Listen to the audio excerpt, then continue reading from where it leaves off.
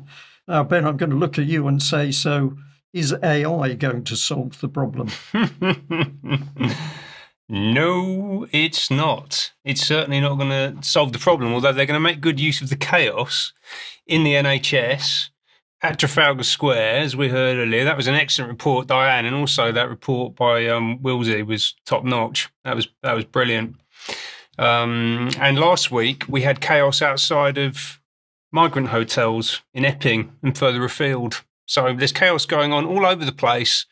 And in the background, an invasion is happening. And I don't mean an invasion of illegal immigrants. I mean something quite different, actually, as I'll get into. And I'm going to start this in the Oval Office on January 21st this year, day one of the second Trump administration, the announcement of Project Stargate, $500 billion to build AI data centers across the whole of the US, essentially mass surveillance and genetic engineering infrastructure, really nightmare stuff, delivered through a public-private partnership commissioned by the state, represented here by Donald Trump, and delivered by the private sector, by corporations represented by Masa Son from SoftBank on the left there, Larry Ellison from Oracle, basically Tony Blair's top funder over the past 20, 30 years, and importantly, Sam Altman, the founder of OpenAI, one of the top minds in artificial intelligence, also affectionately named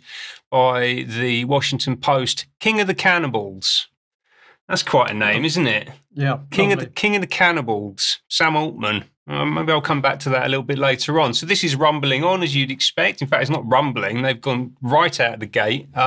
Trump's AI vision takes shape as Oracle and OpenAI expand a massive Stargate infrastructure project in Texas. So they have broken ground. They are making headway. This is the Abilene, Texas site just a few weeks ago. Provide a link to this article. You can go and have a look at it. So it's all guns blazing in the US. But also, importantly, they're moving internationally as well. And they announced at the end of May the UAE Stargate project. So this is in Abu Dhabi. And the World Economic Forum, interestingly, very excited about this. Remember those people that Trump is the enemy of? Well, they really like this policy. It's interesting that, isn't it?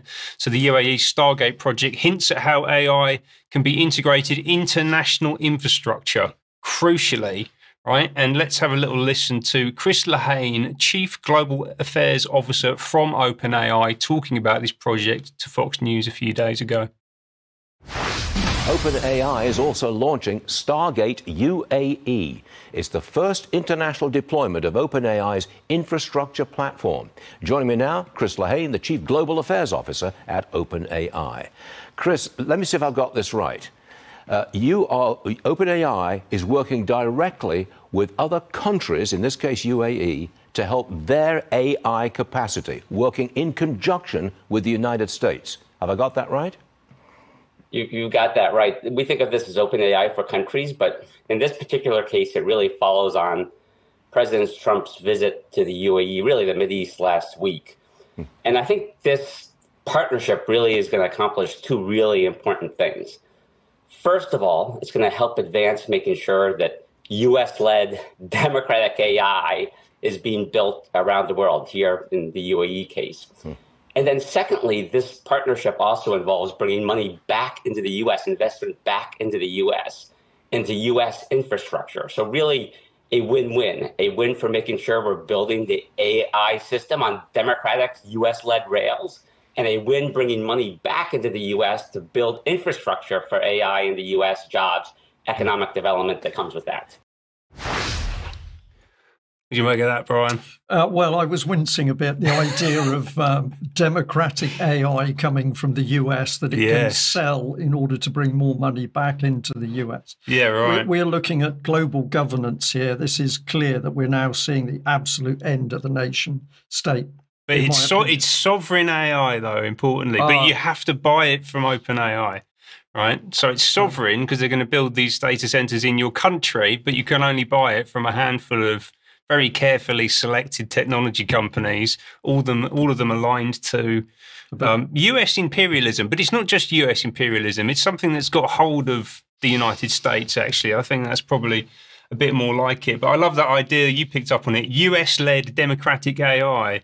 It's a little bit like when the US would go and invade countries to deliver freedom to people, isn't it? Yes. It's a similar kind of thing, but they're just doing it by stealth now rather than by bombing people. Although they are doing some bombing too. Let's give them credit for that. Yeah, exactly. Yes, and they use the term US-led rails, right? So if you're on rails, if you're on a train, you can only go in one direction or back or forth, right? There's no way you can get off those rails. I think that's quite telling. Anyway, let's have a little listen to the second half of that clip. Is there a worldwide contest between the United States and China, not for dominance of AI, but for control of AI? Have I got that right? Yeah, it's a great way to put it. Like right now in the world, there's two countries that can build AI at scale. That's, as you were saying, the U.S. and the communist-led People's Republic of China. Those are the only two countries that can build this at scale. And in this moment, the U.S. does have the innovation lead. We want to leverage that lead so that we're bringing as many countries as possible into the U.S. rails, the U.S. system. And I think what the president did last week, I think the way the administration is thinking about it, I think the way we at OpenAI are thinking about this in the context of Stargate International, in this case, Stargate UAE, is really how can we take advantage? How can we leverage the innovation lead we currently have to bring these countries in onto our rails, into our system? And I think that really then sets up, arguably, the next 100 years as we go forward.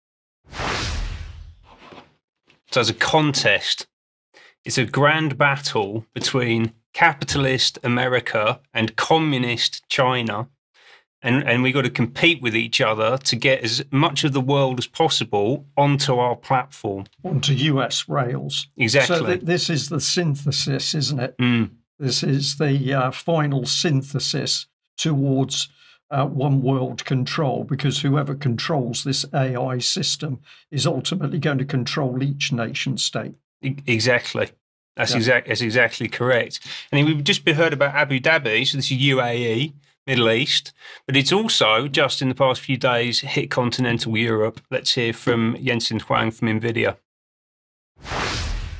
Congratulations to everyone gathered in Oslo today, and to Prime Minister Støre and the government of Norway on this important milestone. The launch of Stargate Norway marks a new chapter for AI infrastructure in Europe. We're entering a new industrial era. Just as electricity and the internet became foundational to modern life, AI will become essential infrastructure. Every country will build it. Every industry will depend on it. AI is no longer hand-coded. It is trained. It is refined with massive compute. It is deployed into factories, research labs, and digital services. Stargate Norway will be powered by GB300 superchips and connected with NVLink.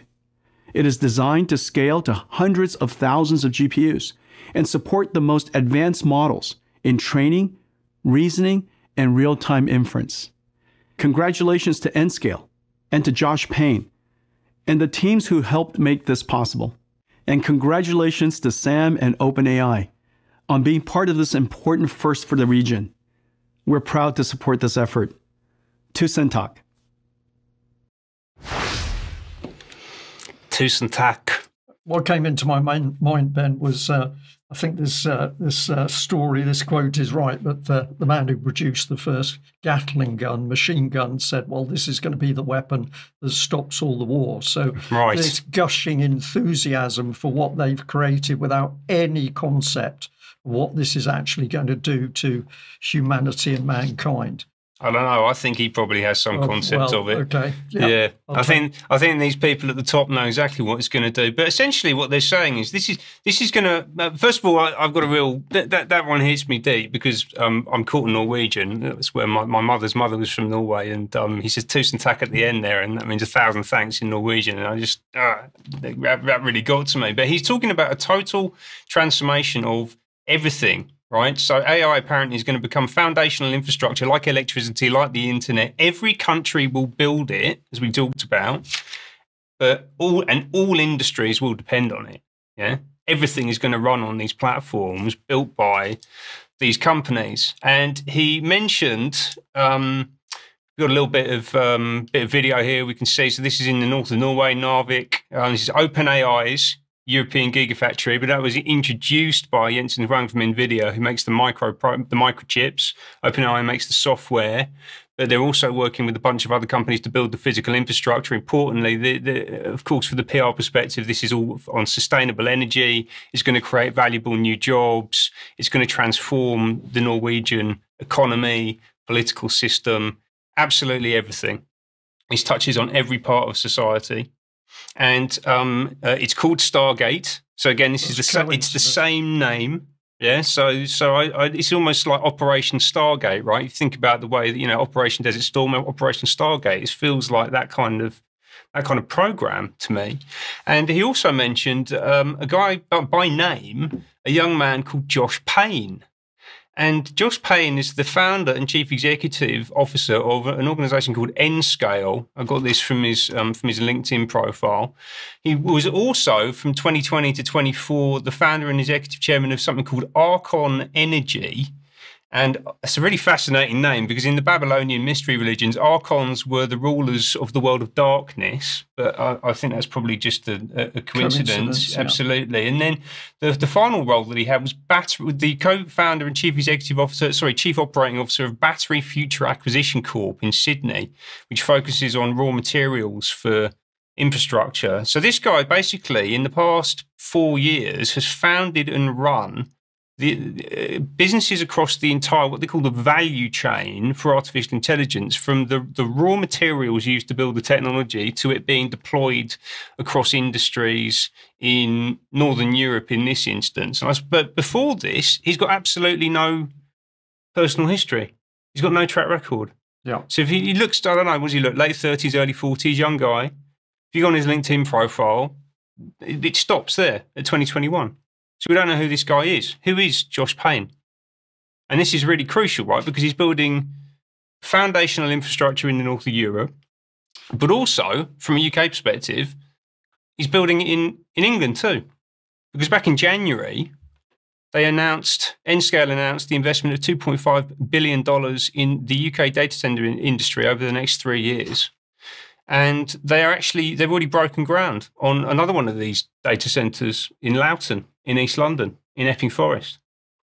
And Peter Kyle, the Science, Innovation and Technology Secretary, said that their support, N-Scale support, will serve as a catalyst for innovation, sending a clear message that Britain is the perfect home from home to drive growth. Home from home suggests people that don't live here, right? So there's international investors coming in and using this infrastructure.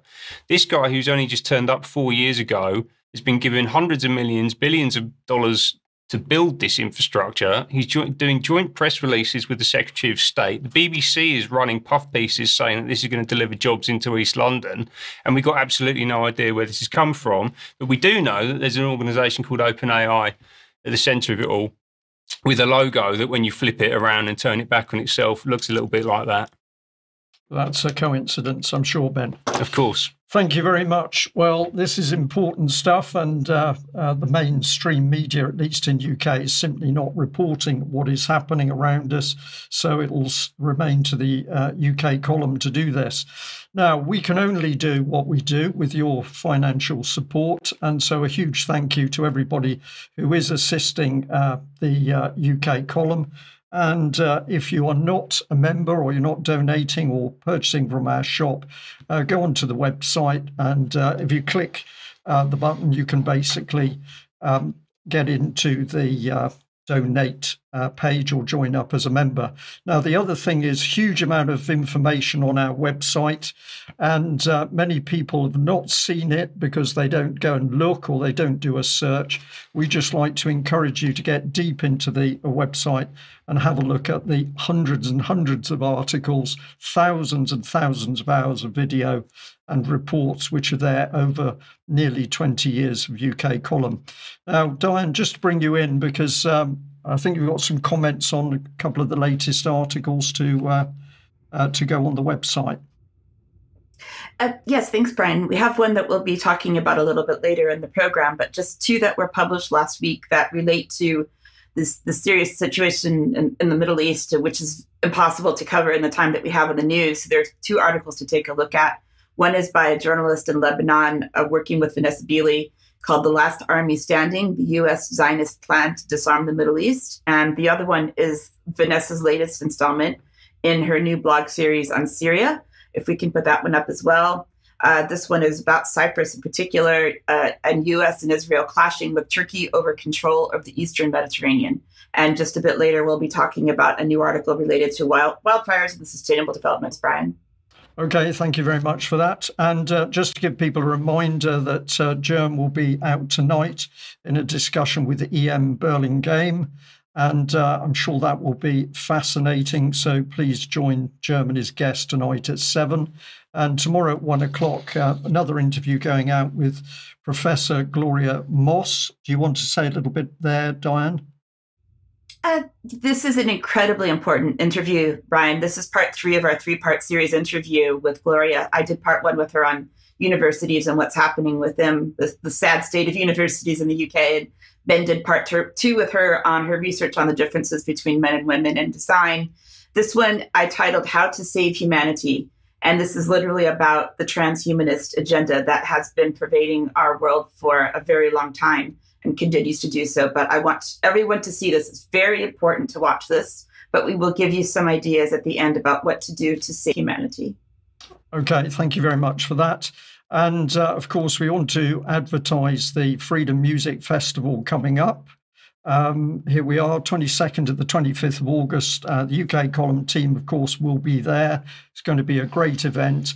And you've got the opportunity for 20% off ticket prices if you use the code UKC20. Now, the other big thing is, of course, our UK column on location in York. Oh my goodness, well over half of the tickets have been sold already. Just a fantastic response. And of course, we've now started to announce the speakers. And Charles Mallet mentioned on Friday, Andrew Wakefield will be one of those key speakers. And we just wanted to remind people that aside from the tremendous event itself, as a ticket holder, you will get the opportunity to see Protocol 7 as well. So if you're not already on board, the tickets are going very, very quickly. And you really do need to get one if you're going to be there and join us.